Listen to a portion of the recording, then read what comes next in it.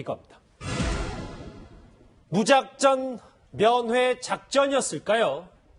모녀 이전의 공범이다. 그래서 안 된다. 정유라 씨 얘기입니다. 자, 오른쪽에 준비한 걸 하나하나 보시면서 오전 속보도 같이 이어가도록 하겠습니다. 저희가 이렇게 구도를 한번 잡아봤습니다. 같이 보시죠.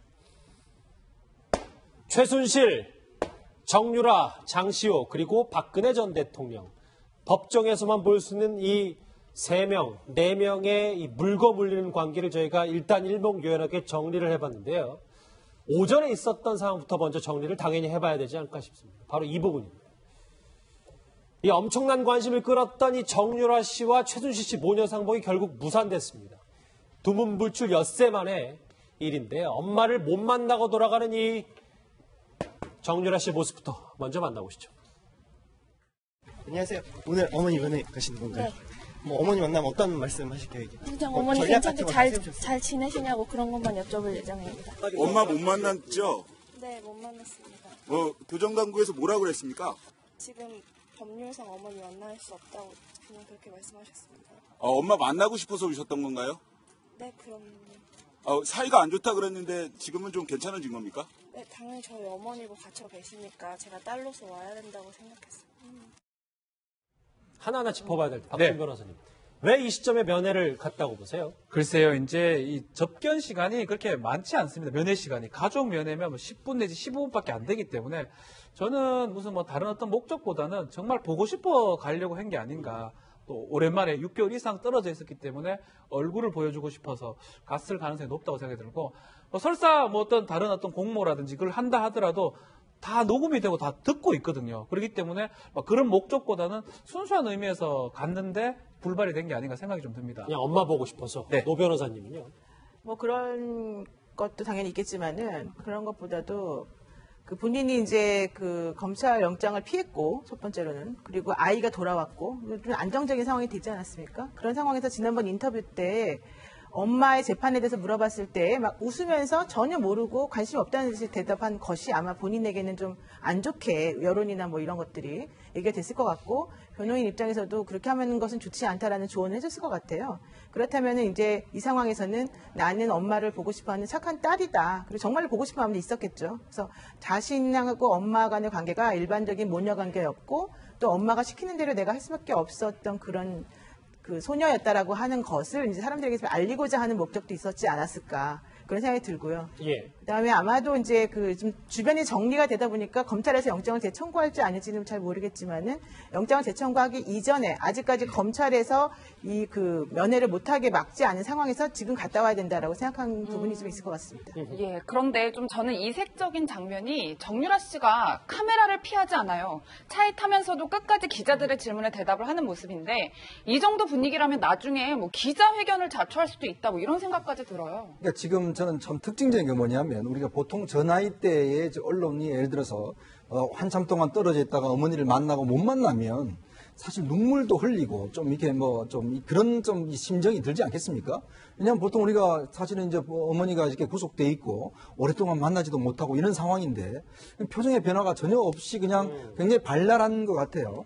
그리고 이제 저 언론들을 대하는 모습을 보면 굉장히 꺼리낌이 없습니다. 근데 이게 보통 저도 뭐 기자지만 이게 보통 기자들 만나면 굉장히 좀 경계하고 어떤 내가 이 답변 자체가 혹시나 이게 문제가 되지 않을까 그런 걱정을 많이 하면서 오히려 피하는 게 기본적인 그 일반적인 사람들의 어떤 태도인데, 장시호 씨나 정유라 씨를 보면 굉장히 그렇지가 않은 것 같아요. 어떤 면에서 보면 굉장히 언론을 잘 이용하고 있다는 저는 그런 측면도 좀 있습니다. 이게 뭐냐면 그 언론의 어떤 면에서 좀 관심을 집중받고 또 본인이 어떤 언론 플레이 할 수 있는 것들을 충분히 적절히 하는 이야기를 하는, 오늘도 보면 사실 기자들 묻는 거 다 질문에 답하잖아요. 그렇죠. 근데 그런 걸 보면 또 그만큼 뉴스로 다뤄지기도 하고 그 자체가 부각이 되고, 사실 오늘 같은 경우는 엄마를 구치소에 못 만나겠다, 이게 이제 부각이 되지 않습니까? 그렇죠. 그러면 이게 지금 정부가 예를 들어 저렇게 오랫동안 떨어져 있는 모녀 관계를 이거 정부가 나서서 못 만나게 한 거 아닌가라는 또 동정심도 일으킬 수 있는 것이거든요. 그러면서 본다라면 그냥 아무것도 모르는 어떤 그 젊은 여성의 어떤 행동이 아니라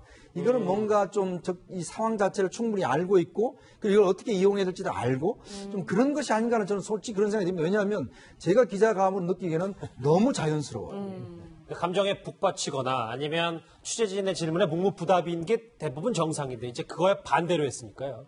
그러면 면회가 불발되고 잠깐 정유라 씨는 변호사 사무실에 들렀습니다. 집으로 향하기 전에 정유라 씨의 모습부터 만나보시죠.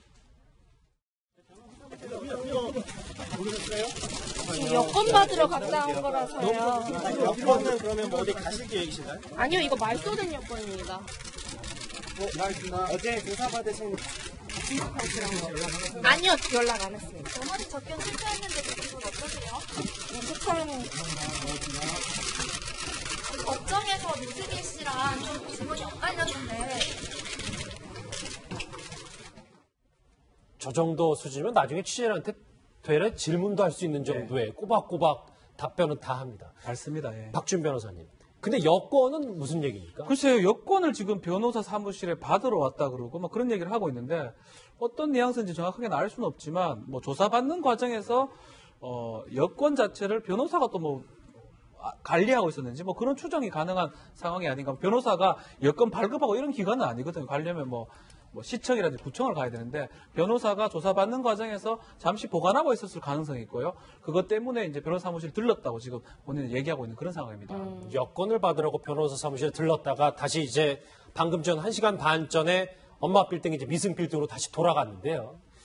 이 면회가 불발된 정유라 씨, 이 목소리가 더 중요한 것 같습니다. 정유라 씨가 향후 대응을 예고했는데 그 목소리 들어보시죠. 제가 그런 건 아직 여쭤보지 않았고 이제 좀 시간 지나면 다시. 그 접견이 안 되면은 나중에 재판에서라도 어머니 뵐 생각 있으세요? 네. 엄마랑 편지나 주고받지는 않습니까? 아니요, 아직 한 번도 편지 적지 않았어요. 앞으로 그럼 주고받으실 생각은 있으신가요?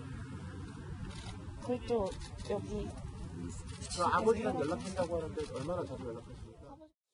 한마디 한마디 눈을 뗄 수가 없어가지고 오른쪽에 준비한 것만 다시 보죠. 지금까지 이제 면회 불발에 초점을 맞췄다면 방금 전에 들어섰던 이 정유라 씨의 말, 재판에서라도 이 말을 좀 주목해야 됩니다. 예, 노 변호사님 뭐 재판에서라도 엄마를 보겠다 이런 취지로 이제 답변을 한 건데 그렇다면 엄마의 재판에 내가 증인으로 참석을 하겠다 뭐 이런 뜻이라고 볼 수 있을까요? 그러니까 여러 가지 복선이 있는 것 같은데 원래 가족 중에 한 명이 재판을 받게 되면 당연히 나머지 가족들이 관심을 가지고 재판을 볼 수밖에 없는 구조 그렇죠. 아니겠습니까?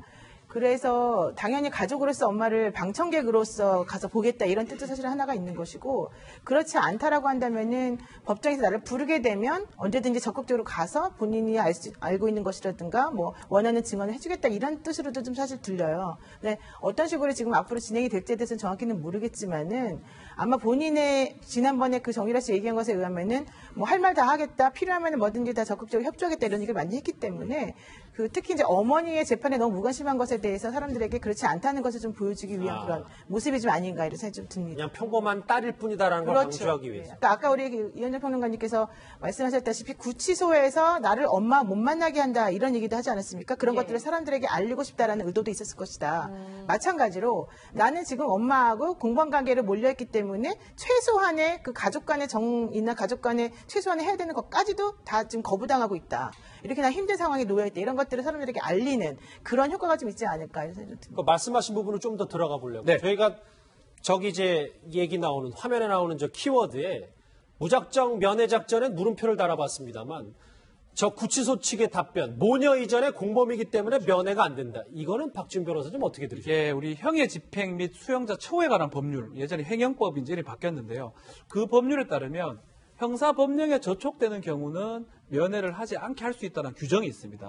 그 규정을 근거로 해가지고 공범관계이기 때문에 또 공소장에 공범관계로 적시가 돼 있습니다. 그래서 만나게 되면 증거인멸 우려가 있다고 해서 구치소에서 독자적으로 판단한 게 아닌가 생각이 듭니다. 두 가지 경우죠. 검찰에서 접견 금지할 수도 있고 구치소에서 접견 금지를 할 수 있는데 아마 이런 부분들은 미리 확인이 좀 불가능하기 때문에 정유라가 무작정 갔다기보다는 변호사 물어봤겠죠. 가도 되느냐 물어봤을 때 아마 변호사 측에서는 괜찮다고 생각했는데 구치소 입장에서 안 된다고 아마 그것을 판단을 내린 게 아닌가 생각이 듭니다. 근데 기본적으로는 변호사들이 접견하러 갈 때는요. 미리 검찰에 물론 전화하는 것보다는 구치소에 먼저 전화를 해요. 그래서 이 피고인이 혹은 이 피해자가 뭐 접견이 되는 사람이냐 아니냐 확인을 한 다음에 사실 저희는 가고요. 시간도 그쪽하고 조율을 해서 가거든요. 그러니까 아마도 변호인이 이경재 변호인 측에서 정유라 씨가 검찰에 물어봤더니 목요일이나 금요일 정도 가도 된다고 해서 갔다 이런 얘기를 하고 있지 않습니까? 예. 그렇다면 이미 그분들은 이제 검찰에는 확인을 해봤다는 얘기인데 그렇죠. 그러면은 구치소는 확인하지 않았던 것인가? 그건 약간 조금 치밀하지 않고 좀 이상하다 이런 생각을 좀 가질 수 있죠. 그러면 검찰이 좀 잘못 알고 얘기해 준 거다. 뭐 저희가 이렇게 판단을 하면 그건 아닌 것 같아요. 왜냐하면 검찰에서는 뭐 접견 금지를 요청하지 않았다 이런 측으로만 얘기를 했었을 것이고 검찰이 굳이 구치소가 어떻게 지금 할 것인지에 대해서까지 미리 알아서 알려줄 필요는 없는 거거든요. 그러니까 변호사를 통해서 만약에 접근하려는 생각이 있었다고 한다면은 변호인 측에서 양쪽을 다 조율해가지고 확인해볼 필요가 있죠. 왜냐하면 이분들은 그냥 일반적인 모녀지간이 아니고 공범이기 때문에 그리고 원래 공범이라고 하는 사람들, 필요적 공범인 경우에는 당연히 분리 수용하게 되고 당연히 서로 간 얘기를 못하게 하는 게 기본이기 때문에 제가 봤을 때는 이 묻지마 면회 신청이나 묻지마 면회에는 어느 정도에는 약간의 전략이 들어있는 게 아닌가 이런 생각도 합니다. 그런데 박 변호사님 그 접견실에 사실 대화하는 내용이 다 녹음이 되고 그렇죠. 그 동작들도 다 CCTV로 녹화가 되고 있단 그렇죠. 말이에요. 사실 변호인도 이경재 변호사로 같은 상황에서 면회를 막는 게 무슨 큰 의미가 있을까라는 지적들도 있어요. 그래서 이제 뭐 또 필요하다면 변호인을 통해서 만날 수도 있는 거고 전달이 가능한 부분이거든요. 그래서 글쎄 이게 지금 법률만 봤을 때는 검찰에서는 어쩌면 풀어준 건데 교정당국에서 결정을 내린 걸로 봐야 될 것 같습니다. 봤을 때는 굳이 막을 필요가 있을까라는 의문 들긴 한데요. 그래서 그 얘기도 또 이경재 변호사도 지금 얘기하고 있는 그런. 그러니까 정유라 씨 측은 미리 사전에 검찰 쪽에는 얘기하고 가도 되는 줄 알고 갔다고 하니까 아마 그거는 저는 맞지 않을까 생각이 좀 듭니다. 근데 그 지금 말씀하시는 것 중에 어차피 이제 수용자하고 일반인이 접견할 때 다 녹음이 되고 기록이 되는데 가는 게 무슨 의미가 있냐 생각하시는데요. 사실 그건 그렇지가 않아요. 수많은 그 수용자하고 수많은 접객인들이 상호간에 자기네들끼리만 알 수 있는 여러 가지 그런 뭐 신호 같은 것들을 통해서 의사소통을 하기도 하고 또 사실은 이제 그 뒤에 교도관이 앉아 있는데 그분들의 눈을 피해서 뭐 이렇게 쪽지 같은 것을 서로 주고받기도 해요. 솔직히 말하면. 그러니까 최순실 씨와 정유라 씨가 만약에 면회를 가서 둘이 사인을 주고받았으면 가능성도 있다는 말입니다. 그러니까 이제 그런 건 치밀하게 뭐 이렇게 준비해서 가는 사람들 같은 경우에는 그렇게 될 가능성도 있는데 이번 케이스가 꼭 그런 케이스라고 말씀을 드리는 것은 아니고 그럴 가능성도 있기 때문에 뭐 굳이 면회를 막을 필요가 뭐 있냐라고 하는 말에 대해서는 아마도 교정 당국이나 검찰에서는 그런 것들을 우려해서 못하게 할 가능성이 있다는 얘기죠. 예, 그래서 박 변호사님 저희가 서울 남부구치소에 좀 문의를 해봤더니 구치소장에 결정을 했다. 접견을 못하도록 결정을 했고 또 그 이유는 증거인멸 등을 우려해서 면회를 불허했다는 건데 그렇다면 최순실 씨가 정유라 씨를 이용해서 증거인멸을 할 가능성이 있다고 이렇게 판단을 했다고 볼 수 있을까요? 지금 말씀하신 것처럼 뭐 수신호라든지 눈빛이라든지 아니면 쪽지라든지 이럴 가능성이 충분히 있다는 겁니다. 그리고 법률 규정도 사실 있고요. 형의 집행 및 수행자 처우에 관한 법률에 따르면 그런 것들 면회를 금지할 수 있도록 할 수 있기 때문에 아마 이 신청이 들어왔을 때 구치소장, 남부구치소장이 판단했던 부분 같아요. 혹시라도 문제가 될 우려가 있기 때문에 법대로 그냥 적용하자라고 생각을 한 것 같습니다. 막 그러다 보니까 면회가 불허된 게 아닌가. 그렇지만 이제 저 생각에는 검찰에서 이렇게 허가를 한 거나 검찰에서 불허를 한 게 아니거든요. 구치소에서 저럴 필요가 있는지는 저는 좀 의문이긴 합니다. 그 손가락 같은 걸로 이렇게 CCTV가 각도가 있고요. 뒤에 교도관이 앉아 있어요. 근데 CCTV 같은 것에 이렇게 안 잡히도록 몸을 좀 가려가지고 손가락으로 이렇게 글씨를 쓰기도 해요.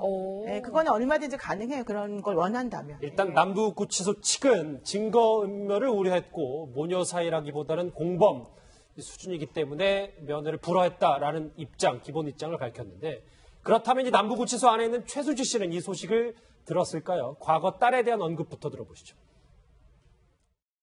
그거에 대해서는 제가 설명하고 싶은데요.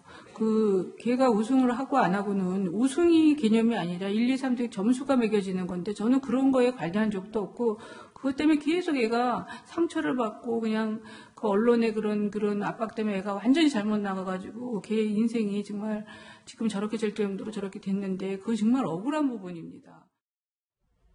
예, 실제로 담담한 최순실 씨가 딸 얘기만 나오면 그렇게 뭐 마음이 흔들리는 모습을 보인다고 하는데 뭐 검찰 조사 전략 면에서라도 좀 정유라 씨와 대면을 하는 게 좀 더 유리할 수 있지 않을까라는 생각도 좀 들어요. 그래서 이제 그런 장면을 몇 번 연출하지 않았습니까? 뭐 딸 이야기는 눈물로 호소하기도 하고 우리 딸만 좀 봐주세요 이렇게 하기도 했지만 사실은 그건 뭐 저는 연기라고 봅니다. 실제 그것 때문에 멘탈이 흔들릴 사람이 아니다. 이분이 멘탈 갑 중에 갑 아닙니까? 그러니까 오히려 딸을 보면 멘탈이 더 강해질 것이다. 그리고 오히려 검찰 수사에 더 당당하게 더 나갈 가능성이 더 높다. 왠가 하면 이제 방금도 이야기가 있었습니다만은 딸이 들어왔고 손자도 들어왔고 모든 상황이 정리정돈이 된 거 아닙니까? 이 정도면 나의 진지가 이제 제대로 구축이 됐기 때문에 내가 제대로 이제 큰 소리 치고 싸울 수 있다. 이런 전략이 더 나올 가능성이 높다. 그렇기 때문에 뭐 그렇다고 해서 검찰이 또 계속적으로 모녀 상무는 공범이라는 관계 때문에 막을 수도 있느냐. 이렇게 되면 또 이제 뭐 동정 여론이 일어날 수 있지 않습니까? 인권 침해다 뭐다 이렇게. 그래서 검찰도 좀 곤욕스럽긴 하겠지만 제가 볼 때 우리가 얼마 전에도 그런 게 있지 않았습니까? SK 그 추스펙스인가 하는 거기에 고위 임원이 최태원 회장을 면회해가지고 암호를 주고받았지 않습니까? 뭐 어떤 결심이 됐다. 우리가 어떤 걸 해야 된다. 이렇게 했는데 나중에 보니까 그것이 이제 이렇게 뭐 사민과 관련된 이런 이야기다. 이렇게 다 해석이 되지 않았습니까? 그래서 가족 간의 면회가 이제 그런 위험성, 자기들만의 특별한 그 암호가 있을 수는 있지만 그럼에도 불구하고 검찰이 더 이상 막기는 좀 어려운 상황이고 뭐 거기에서 더 이상 전략을 찾기도 좀 어려운 상황이 아닌가 현재 그렇게 느껴집니다. 그러니까 허 교수님 생각 들고 두 변호사님의 말씀도 조금씩 이제 의견이 다르면 앞으로 정유라 씨 측도 저걸 모를 리가 없으니까 또 면회 시도하고 또 만약에 거부당하면 본인들이 원하는 동정 여론을 더 얻고자 하고 뭐 이런 흐름으로 가겠네요. 앞으로도 뭐 더 시도할 수도 있고요. 또 이제 안 된다면 안 가도 되는 거고요. 또 이경재 변호사라는 변호인을 통해서 뭔가 전달을 하려면 다 할 수도 있습니다. 사실. 그러게요. 변호사가 있기 때문에 막 그런 상황인데 결국은 정유라가 언론 플레이 아닌 플레이를 하는데 정유라 입장 되게 잘합니다. 밝고 기자들도 되게 좋아하는 모양새고 그렇기 때문에 적극적으로 이용할 가능성은 충분히 있지 않을까 생각이 좀 듭니다. 앞으로도 면회 시도를 더 할 가능성이 있다. 정유라 씨가 이 면회 불발 말고도 오늘 의미심장한 얘기를 했습니다. 사촌 언니 장시호 씨에 대해서 언급을 한 건데요. 그 모습부터 한번 같이 보시죠. 사촌 언니랑 연락 안 하는 이유가요. 아까 그 재판에서 어머니에 대해서 좀 불리한 증언을 했기 때문인가요? 아니고요. 원래부터 사이도 저는 좀 안 좋아하는 정유라 씨 만나실 계획 있으신가요? 판 받은 거 전혀 모른다던데 거기에 대해서 한마디 해주시죠. 죄송합니다. 네. 네. 준비한 거 하나 한번 보실게요. 그러니까 이 부분에서 큰 틀은 아는데 오늘 처음 드러난 게 바로 이 단어예요. 오늘 불화라는 이 두 사람 간의 부다라는 단어입니다. 예, 이현정 의원님, 네. 제가 알기로는 정유라 씨가 제주도에 넘어가서 장시호 씨랑 몇 개월 같이 살기도 한 걸로 알고 있는데 이제야 보니 사이가 안 좋다고 이야기를 하네요. 그러니까 이제 원래는 그 사실은 이제 장시호가 밟았던 길을 정유라가 그대로 밟았지 않습니까?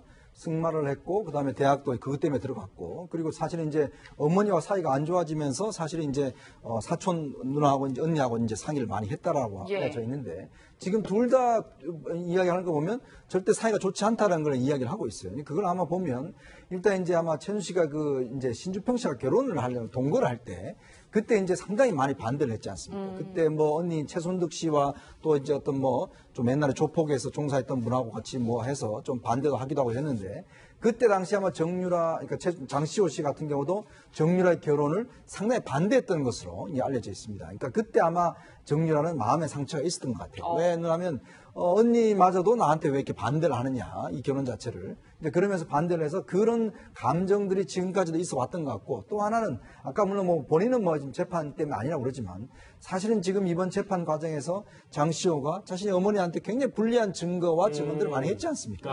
그렇다고 본다면 결국 이 사태가 이렇게 악화된 원인에는 결국 이제 장시호의 증언이 있었기 때문에 그런 것 때문에 아마 정유라는 언니하고는 절대 만나지 않겠다. 뭐 이렇게 지금 이야기하고 있는 것이 아닌가라는 생각이 들긴 한데 또 한편으로는 두 사람은 일단 어떤 면에서 보면 지금 큰 범위에서는 운명 공동체.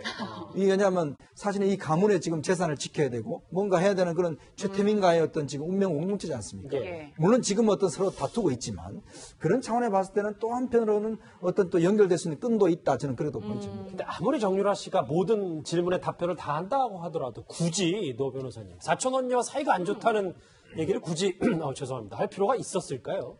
할 필요가 있죠. 그래야지 그 장시호 씨의 증언 같은 것들의 신빙성을 좀 떨어뜨리는 역할을 하는 거죠. 우리는 원래 사이가 안 좋았고 이 언니가 우리 엄마와 나에 대해서 한 여러 가지 증언이나 얘기들은 사실은 진실이 아닙니다. 우리랑 사이가 안 좋았기 때문에 저런 식으로 말을 했던 것입니다. 그 말을 믿지 마세요. 이제 이런 뉘앙스도 사실 들어있는 거죠. 그러니까 얘기를 하는 것이 사실은 되게 단순해 보이긴 하지만은 매우 효과적이고 적절하게 전략적인 답변을 항상 잘하고 있거든요. 우리 정유라 씨가. 그러니까 제가 봤을 때에는 저 답변의 내용도 마찬가지로 장시호 씨와 자기가 물론 당연히 이 사건을 통해서 더 원수지간이 되었을 수도 있고 또 아까 말씀하신 것처럼 그 아기를 가지는 과정 혹은 신주평 씨의 관계에 있어서 반대했기 때문에 싫어했을 가능성도 있죠. 그렇지만은 그런 모든 것들을 다 떠나서 나는 저 언니하고 안 친해요라고 거리를 자꾸 두어야지만 본인이 주장하는 내용이라던가 엄마 최순 씨가 얘기하는 것들이 좀 더 효과적으로 먹혀 들어갈 수 있다라고 하는 생각을 하는 것 같습니다. 아니, 아까 우리 정유라 씨라서 좀 깜짝 놀랐어요. 예. 혹시 수임했나 싶었어요. 아니 뭐 사이야 좋았다 나빴다 하지 않겠습니까? 아무리 사촌간이라도 항상 좋을 수도 없는데 더군다나 이게 큰 이해관계가 걸려 있으니 지금 사이가 나쁠 수밖에 없지 않습니까? 사실은 이제 최순실의 언니 최순덕이 장시호가 잡혀갈 때 우리 애는 보호해달라고 여동생한테 이야기를 했잖아요. 그때 최순실이 보호해주겠다고 이야기를 했습니다. 근데 검찰에 가서는 어쨌습니까? 뭐 영재 스포츠 그 센터는 그건 내가 한 게 아니고 전부 장시호가 한 거고 장시호 잘못이다. 장시호한테 넘겨버리지 않습니까? 그러니까 장시호는 다시 이모한테 아니에요. 그거는 이모가 시켜서 저는 서류만 만들어준 거고 심부름 그러니까 절대적인 이해관계가 지금 충돌하고 있는 것입니다. 그러니까 두 사람의 갈등이 아니라 최순득, 최순실의 갈등이다. 그렇습니다. 그러다 보니까 그 갈등 속에서 장시호는 또 여러 가지 다른 증거들을 많이 이제 최순실이 불리한 걸 많이 내놓아 버렸고 이건 이제 제가 볼 때는 상당히 돌이킬 수 없는 관계까지 와 있지 않느냐. 그런 상황 속에서 이제 사이가 나쁘다는 이야기를 할 수밖에 없고 그 사이가 나쁘다는 것은 방금 말씀하신 것처럼 자기들을 보호하기 위해서 그렇게 이야기할 수밖에 없는 거 아닙니까? 제가 하나만 말씀드리면 우리 정유라 씨라고 왜 그러냐면 변호인 입장에서는 정유라 씨가 제일 마음에 드는 의뢰인이에요.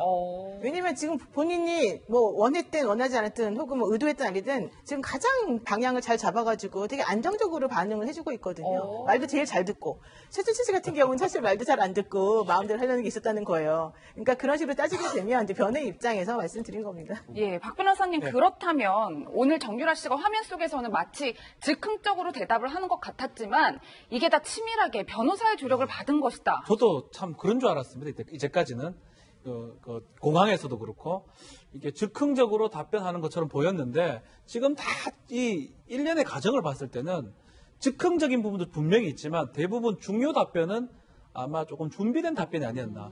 장시호 부분은 만약 나오면 얘기하려고 아마 준비했던 부분 같아요. 그래서 저도 처음에 봤을 때는 좀 쉽겠다고 생각했는데 즉흥적인 부분도 있지만 많은 부분들은 준비된 답변이라고 생각이 좀 듭니다. 아하, 만약에 그 취재진이 그 사촌 언녀의 관계를 물으면 사이 안 좋다. 예, 사이 안 좋다고 더 얘기를 해줘야 되겠다고 본인이 뭐 의도했던 저도 마찬가지로 변호사랑 얘기가 됐다고 생각이 드는데 그렇게 얘기함으로써 지금 언론에 주목받잖아요. 사이 안 좋더라. 갑자기 그 얘기를 하는 것처럼 결국은 변호인이 의도했다 그러면 상당히 그 역할을 충분히 하는 게 아닌가. 그걸 그냥 아닙니다라고 얘기해버리면 부각이 안 되는데 직접 본인이 사이 안 좋습니다라고 얘기했기 때문에 오히려 부각이 되는 거 봤을 때는 변호인이 조금 생각했던 게 아닌가 생각이 좀 듭니다. 그렇게 말을 해야만 사전 공모가 차단이 되는 거죠. 사전에 공모할 수 없었다 우리들은. 왜냐하면 사이가 안 좋으니까. 그런 논리를 가는 거죠. 이 큰 틀에서 이제 아들도 이제 그제 왔고 이현정 의원님 뭐 이제 면회도 가고 이런 것들도 어찌 보면 장시호 씨 석방과 또 맞물렸을 가능성은 아예 없는 겁니까? 그러니까 이제 장시호 씨가 석방이 되면 좀 자유로운 몸이 되면서 혹시나 이제 예를 들어서 지금 뭐 많은 진술을 하긴 했지만 또 예를 들어서 이제 그 본인이 물론 재판을 계속 받고 있지 않습니까? 그러면서 볼 때는 어떤 재판에 참석했을 때 장기적으로 최순실한테 굉장히 불리한 증언들을 할 수 있는 가능성이 굉장히 높거든요. 그렇죠. 이제 그런 면에서 본다라면 어떤 면에서 보면 정유라 입장에서 본다라면 어떤 사촌 언니와 관계를 좀 끊어놔야 되죠. 끊어놓고 이제 상관이 없다는 것들을 좀 이제 인식을 해야 되는 것 같고. 그러니까 앞으로 이제 장시호 씨가 어떻게 이제 재판 과정을 아마 임할지 그도 상당히 주목되는 대목입니다. 일단은 이제 자유호mom이 됐으니까 자기 1차 목표는 달성했단 말이죠. 자, 그러면 여기서 과연 그러면 지금도 계속 그러면 최순실을 공격할 것인지 아니면 지금 일단 자기는 소정의 성과를 달성했으니까 좀 더 이제 좀 최순실한테 좀 유리한 국면을 갈 것인지 그건 앞으로는 재판 그 과정에서 조금 저는 주목해야 될 대목이라고 봅니다. 예. 지금 뭐 정유라 씨는 면회 엄마를 이제 보는 건 실패했지만 최순실 씨 이외에도 한때 가족이었던 전 남편 신주평 씨를 법정 안에서 만날 가능성도 커졌습니다. 이 검찰이 참고인 자격으로 신주평 씨를 소환한 건데요. 신주평 씨의 과거 목소리 한번 들어보시죠. 제일 아래가 대리였거든요. 그냥 대리로 있었어요. 원래 자기 이름으로 하는 건 줄 알았죠. 저도 뉴스 보고 그런 거에 대해서 알게 된 거라서 원래 좋은 집안에 있는 집안이니까 자기네 돈으로 그렇게 한 줄만 알고 있었죠. 사실 신주평 씨도 이제 승마 지원과 관련해서 네. 정말 가까이 봤기 때문에 뭐 알만한 게 있을 수 있겠지만 신주평 씨가 그래도 완전 내밀한 뭐 여러 가지 부분을 알 수는 없지 않겠어요? 좋은 사람은 보모라든지 마필 관리사를 이제 참고인으로 사실 마필 관리사는 벌써 갔다 왔습니다. 근데 아마 참고인이기 때문에 적극적인 진술을 하지 않을 걸로 보이고요. 다만 이제 입건을 해야 됩니다. 범인 도피죄라든지 은닉죄를 입건한다면 그 증거 자체가 다 네덜란드나 이 덴마크 쪽에 있기 때문에 증거 확보하는 건 쉽지가 않을 겁니다. 그러다 보니까 참고인을 불러야 될 것 같고 신주평 씨는 본인이 적극적으로 진술을 해줄 수 있는 입장이긴 한데 과연 많이 알고 있느냐가 문제입니다. 뭐를 받고 이런 것들이 적기 때문에 이 보모라든지 마필 관리사들은 실제로 급여 같은 걸 받았기 때문에 얘기할 게 좀 많은데 신주평 씨는 본인이 적극적으로 얘기하려 하더라도 내용 자체를 크게 모르기 때문에 큰 도움은 되지 않을 거라고 저는 생각이 좀 듭니다. 예, 저는 이분도 사실 궁금한데 오늘 정유라 씨가 오전에 아버지 정윤회 씨와는 연락을 하지 않는다 이렇게 얘기를 했는데 저희가 이걸 고지고대로 믿어야 할까요? 어떨까요? 어쨌든 지금까지 나온 걸 보면 아버지 정윤회 씨는 딸에 대한 애틋한 감정을 몇 번 말한 적이 있습니다. 거기에 비해서 정유라 씨는 뭐 이혼하고 난 뒤에 뭐 부동산 정리되고 뭐 아버지하고는 전혀 연락이 없고 단지 생물학적 아버지일 뿐이다 이런 이야기를 했어요. 그 생물학적 아버지라는 게 아마 시험관 아기로 태어난 것 같은데요. 그 최순실 씨하고 나이 차를 보면 최순실 씨가 40이 넘어서 임신해서 출산한 걸로 그렇게 나옵니다. 그러니까 그 이후에 이제 워낙 딸을 최순실만 끼고 돌고 아버지하고는 관계가 조금 소원했던 것 같은데요. 그런 의미에서 보면 지금 이 상황에서 뭐 아버지가 크게 도움되지는 않을 것 같다. 뭐 굳이 자주 만나야 될 이유도 없을 것 같다. 이게 정윤아 씨 입장인데 비해서 정윤혜 씨는 딸인데 얼마나 보고 싶겠습니까? 그는 아무리 이혼 상태를 하고 가족이 분리돼 있다 하지만 그러나 이제 실질적으로는 만날 가능성은 별로 없다. 왠가 만나면 또 언론에 더 나쁘게 주목이 되니까 다만 전화로야 여러 차례 연락하고 아니겠습니까? 우리가 몰라서 그렇지. 예, 노 변호사님, 근데 저는 궁금한 게 그 전 남편 신주평 씨까지 불러다 조사를 하는데 정윤혜 씨 조사는 이루어지지 않을까요? 정윤혜 씨에 대해서 왜 조사 안 하는지 사실 저도 궁금해요. 정윤혜 씨가 뭐 문건 사고가 있었을 때부터 현재까지 이 사건에서 사실은 핵심적인 위치에 있을 것으로 좀 보이는데 계속해서 이 사람은 사실은 소환하지도 않고 뭐 추가 조사를 안 하고 있는 것으로 보이거든요. 아마도 이 정윤혜 씨를 추가 조사하다 보면은 또 원하지 않는 다른 뭐 여러 가지 것들이 밝혀지게 될까봐 안 부르는 건지 아닌지는 잘 모르겠습니다만 어쨌든 간에 정윤혜 씨를 이 사건의 본질에서 자꾸 비껴있는 사람으로 취급하는 것은 좀 바람직하지 않은 것으로 생각합니다. 준비한 거 한번 다시 보실게요. 정유라 씨 생각해보니까 그 짧은 시간에 엄마, 아빠, 사촌 언니 얘기를 하나씩 다 한 겁니다.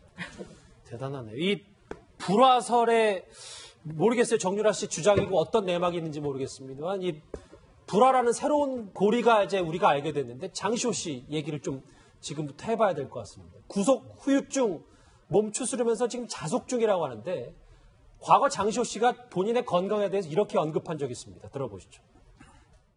엊그제 쓴 불측 자료서 보니까 많이 아픈 걸로 되어 있던데. 네, 많이 아픕니다. 아, 네? 오늘도 주사 맞고 왔습니다. 어깨 통증하고 지금 제가 부인과 쪽으로 좀 많이. 어깨는 뭐 과거에 수술한 적 있어요? 네, 있습니다. 무슨 수술을 했어요? 잘 아실지 모르죠. 흉곽 출구 증후군이라고 6월에 수술했었습니다. 올 6월에 수술했어요? 네. 예, 뭐 진짜 7개월 정도 수감 생활을 하는 게 만만치는 않아 보이는데 뭐 실제로 뭐 아들도 보고 하면서 심신이 많이 지쳐 있는 상태다라고 저희가 볼 수 있겠죠. 심신도 지쳤을 거는 뭐 당연한 거고요. 다만 또 걱정스러운 부분이 있습니다. 풀려났다가 영원히 풀려난 게 아니라 재판은 진행 중이거든요. 그래서 판결 선고 때까지 만약에 그것을 실행이 나면 법정 구속이 또 돼버립니다. 그렇기 때문에 장시호 입장에서는 아직까지도 끝난 게 아니기 때문에 심신도 지쳐있고 언론의 주목을 안 받는 게 아마 목적이 아닌가. 이왕이 나왔기 때문에 만약에 나쁜 방향으로 주목을 뭐 좋게 받든 나쁘게 받든 본인 입장에서는 선고에 영향이 미칠 거라고 판단을 한 것 같습니다. 그러다 보니까 지금은 지쳐서 절대로 언론하고 얘기하지 않겠다. 이렇게 의사를 표시하고 있는 상황입니다. 두문불출이 조금 길어질 것, 칩거가 좀 길어질 것. 재판할 때까지는 나오지 않을 거는 생각이 듭니다.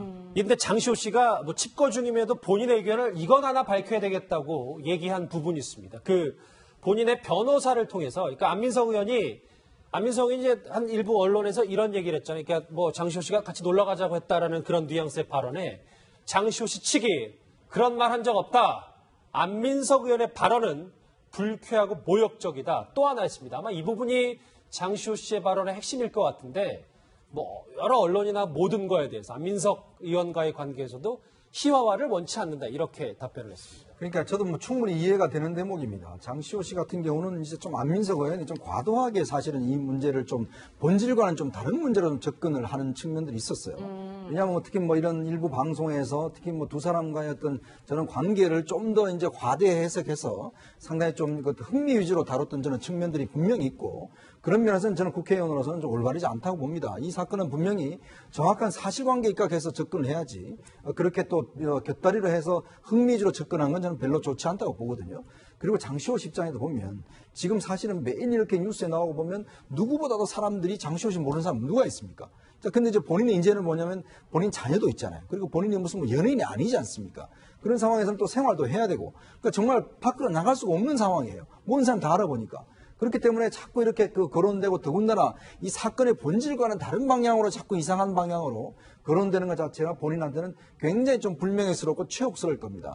그렇기 때문에 특히 이제 다른 사람도 아니고 일단 국회의원이 저런 식으로 문제 제기를 자꾸 곁다리로 제기하는 것에 제가 볼 때 좀 브레이크를 걸 필요는 좀 분명히 좀 있다고 봅니다. 뭐 그럼에도 불구하고 장시호 씨가 뭐 아예 죄가 없는 건 또 아니니까. 그렇죠. 그건 뭐 정확히 우리가 다루면 다뤄야죠. 그렇지만 예를 들어서 지난번 같이 무슨 뭐 두 사람이 무슨 뭐 이게 여러 썸을 타니 뭐 이런 식의 어떤 접근 자체는 이건 아니라는 거죠. 예. 아까 뭐 제가 좀 더 바로잡자면 이제 정확한 말이 중요하니까 이제 놀러 가고 싶다고 얘기를 들었다. 안민석 의원이 뭐 이렇게 얘기한 적이 있는데 이거에 대해서 장시호 씨가 지금 두문불출함에도 불구하고 본인의 입장을 명확히 저렇게 밝혔습니다.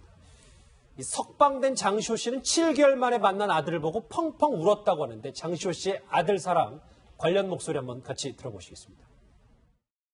아들 이름만 나와도 많이 울거든요. 아직까지 한 번도 얼굴 안 봤는데 그 이유가 이제 얼굴 보면 본인이 견딜 수가 없을 것 같다. 편지도 안 보고 사진도 안 보고 사진이라도 하나 얼굴 있으면 자기가 견딜 수가 없을 것 같다. 조사 과정에서 한번 아들 얘기가 나와가지고 하도 많이 울어가지고 그날 조사를 못 했거든요. 반 과정에서 수의를 안 입고 나온 게 뭐 다른 의도가 있었던 건 아니고 아들이 아직 어린데 커서 이런 모습을 보여주고 싶지 않다. 그런 것들 때문에 좀 사복을 입고 나오게. 다시 한번 준비한 것 큰 그림 한번 다시 보실까요? 그러니까 면회 불발로부터 시작해서 엄마를 재판에서라도 만나고 싶다. 그런데 나는 사촌 언니와 친하지 않다. 사이가 좋지 않다. 장시호 씨, 근데 펑펑 울었다. 이 부분도 중요할 것 같아요. 예, 노 변호사님 뭐 잠든 아들을 보고 펑펑 울었다는 건데 뭐 제가 색안경을 좀 끼고 보자면 석방된 이후에 처음 나온 기사가 이 부분이었고 과거에 장시호 씨의 변호사도 아들 이야기를 좀 했단 말이에요. 이렇게 모성애를 가진 장시호를 부각시키는 언론에 부각시키는 이유가 좀 따로 있다고 봐야 될까요? 글쎄요, 이게 그렇게 전략적인 행동은 아닌 것으로 사실 생각이 들고요. 얼마나 보고 싶겠어요. 7개월 동안 갇혀 있었고, 특히 장시호 씨도 그렇고, 최순 씨도 그렇고, 아이에 대한 사랑이 정말 지극하다라고 우리가 옛날부터 많이 얘기가 되어 왔었기 때문에, 특히 장시호 씨는 그 구치소에 있으면서도 애기 사진도 안 봤다는 거예요. 마음이 약해질까봐. 그러니까 본인이 좀 독하게 아이를 위해서라도 내가 여기서 열심히 해가지고 난 좀 빨리 나가는 것을 택한다라는 생각으로 아마 지금까지 왔던 것 같은데 이제 아기가 자고 있는 걸 보니까 그날이 8일날 0시에 나온 거 아니겠습니까? 그렇죠. 그러니까 새벽에 들어갔는데 잠든 아기를 깨울 수는 없고 아기가 잠자고 누워있는 걸 보니까 너무 마음이 아프고 미안하고 여러 가지 감정이 복잡했겠죠. 그래서 변호사가 특히 이제 그런 거를 먼저 꺼낸 이유는 장시호 씨의 행동이 뭐 그렇게 전략적이거나 의도적이었다라기보다는 장시호 씨의 인간적인 측면에서 조금 장시호 씨를 이해해달라고 하는 그러한 호소에 불과한 것이 아닌가. 또 하나는 장시호 씨가 앞으로도 이 사건과 관련되어서 불구속 상태에서 재판에 협조할 것이다라고 하는 거를 암암리에 지금 알려주는 그런 발언이 아니었나라고 생각합니다. 왜냐하면 아이를 위해서라도 나는 다시 들어가고 싶지 않다 이런 얘기를 하는 거니까요. 그러니까 우리가 너무 꼬아서 볼 필요는 없다는 그렇죠. 말씀이에요. 정유라 씨가 그냥 엄마가 보고 싶어서 면회를 시도한 거고 장시호 씨도 뭐 아들을 보고 그냥 눈물 흘린 게 자연스러운 현상이다. 정유라 씨는 엄마를 보고 싶어서 면회를 시도한 거가 100%가 아니라는 거죠. 정유라 씨가 한 행동은 30% 정도는 엄마를 보고 싶은 거고 나머지 것들은 전략적이었을 것 같고 장시호 씨 같은 경우에는 한 80% 이상은 아이를 보고 정말로 너무 눈물이 났을 것 같아요. 저라도 그랬을 것 같아요. 숫자로 말씀하시니까 좀 더 이해가 됩니다.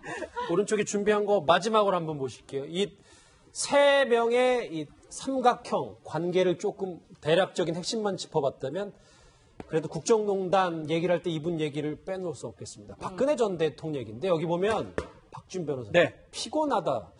유영하 변호사의 피곤하다고 소곤소곤 이 재판정에서 얘기했다는 전언이 있습니다. 그렇죠. 어제 이제 재판하면서 피곤하다라고 얘기를 하니까 유영하 변호사가 변론하다가 그 변론을 마무리 지었다고 지금 알려져 있습니다. 그래서 사실은 재판이라는 게 변호사들도 오래 하면 피곤하거든요. 피고인들은 사실 무슨 얘기하는지도 잘 모르면서 앉아있는 경우가 많습니다. 본인 일인지 아니면 다른 사람 일인지도 알 수 없고 또 법률 용어가 왔다 갔다 하니까 그렇기 때문에 충분히 12시간씩 재판받으면 피곤한 게 사실이고요. 다만 이제 이 피곤이라든지 이런 예우 때문에 재판을 주 사회를 좀 줄여달라고 유영하 변호사가 요청을 했는데 재판부에서는 사회를 하겠다라고 지금 얘기를 하고 있고요. 그렇기 때문에 변론을 이렇게 그만하는 거는 어쩌면 조금 시간을 계속 좀 끌고 싶어 하는 그런 유영하 변호사 전략하고도 조금 맞아 있다고 생각이 좀 듭니다. 예, 노 변호사님 그런데 상식적으로 생각하면 검찰의 주장을 하나라도 더 반박을 해야 맞는 상황인 것 같은데 뭐 이렇게 변론을 중단하는 모습을 보면 재판에 승소할 자신감이 있다. 뭐 저희가 이렇게 봐야 되는 건가요? 글쎄요. 사실은 이제 변론을 한참 하고 있는데 옆에서 피곤하다고 한다고 해서 변론을 그만두는 변호사는 없습니다. 왜냐하면 맥이 끊기게 되고 본인이 주장하고 싶었던 것을 마무리를 못 짓기 때문에 오히려 재판부에게는 좀 안 좋은 인상을 남길 수가 있죠. 그런데 유영하 변호사가 저런 식으로 태도를 취한 것은 두 가지 해석이 있을 수 있습니다. 본인이 변론하던 게 별로 중요하지 않았다라던가. 그렇지 않으면 두 번째로는 본인은 변론보다도 이 박근혜 전 대통령의 심기를 건드리지 않고 이분을 좀 편하게 해드리는 걸 목표로 하고 있다. 이렇게 두 가지 생각할 수 있는 거거든요. 제가 봤을 때는 아마도 두 번째가 조금 더 가능성이 있어 보이고 특히 박근혜 전 대통령이 막 낙서도 했다 이런 얘기도 나오잖아요. 뭐 지우개 가루를 모아서 어떻게 했다 이런 얘기도 나오고 그러니까 그런 걸 보면 매우 힘들어하고 좀 지쳐 있어서 이 법정에 더 이상 앉아있고 싶지 않다라는 걸 강력하게 어필한 것 같아요. 그러니까 내가 피곤하다라고 말을 하니까 이제 빨리 이분을 보호해서 이제 무시고 들어가야 되겠다 이런 생각을 하지 않았을까 생각합니다. 변론을 급하게 마무리한 게 박 전 대통령 심기보좌 때문에. 그래서 그런 비슷한 내용의 말들이 저렇게 나오고 있어요. 허 교수님 보니까 박 전 대통령 측 변호인 단의 목소리입니다만 유영하 변호사가 사건을 꿰고 있고 논리적으로 변론을 잘하고 있다. 저렇게 얘기하고 있습니다. 그렇습니다. 맨 처음 이 사건이 터졌을 때 유영하 변호인이 대리인으로 탁 났었지 않습니까? 그때 검찰청 앞에서 유영하 변호사가 기자들하고 인터뷰했던 목소리가 있습니다. 상상과 거짓으로 쌓아올린 모래성이다. 이렇게 이야기했거든요.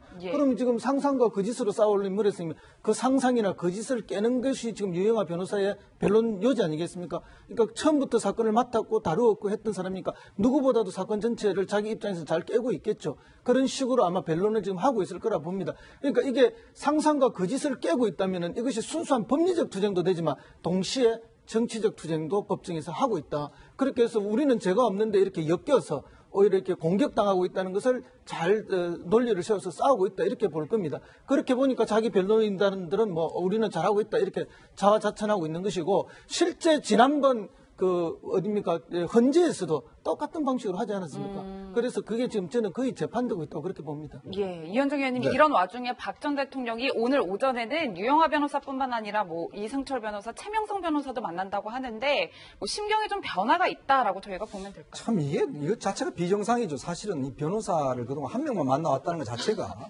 좀 이해가 안 되는 행동이고 좀 굉장히 비정상인데 사실 이렇게 왜냐하면 지금 많은 증인들이 있습니다. 그러면 이 혼자 준비를 할 수가 없거든요. 그러면 예를 들어서 대통령의 생각이 뭔지 이런 것들을 다 변호사들이 챙겨서 또 나눠서 변론을 해야 돼요. 지금 보면 이제 증인들이 매일 지금 나오고 있지 않습니까? 그럼 이걸 전부 다 유영하 변호사 혼자 어떻게 다 질문하겠습니까? 내용 자체 지금 파악도 잘 못하는데 그러다 보니까 결국 이제 아마 도저히 제가 볼 때는 좀 역부족이었다는 거 느끼는 것 같아요. 그래서 이제 일단 변호인들 다 접견을 해서 뭔가 같이 전략을 짜고 이제는 막 하루에 몇 명씩 나오거든요. 이제 그러면 아마 이제 증인 신문 전략을 위해서도 일단 변호인들을 아마 좀 접견하는 것이 아닌가 저는 그렇게 해석하고 싶습니다. 네, 그리고 아마도 이제 주사회 재판하기로 했던 것이 또 영향을 미친 것 같아요. 그동안에는 이제 사실은 생각보다 좀 짧게 했는데 그 12일부터는 원래 재판부에서 월화 목금 하겠다고 했지 않습니까? 그러니까 앞으로는 정말로 고강도의 증인 신문 같은 것들이 많이 남아있다라는 판단 하에 다른 변호사들이 정말 적극적으로 돕지 않으면 혹은 다른 변호사가 적극적으로 이 사건의 내용을 잘 알지 못하면 안 된다라고 하는 생각이 좀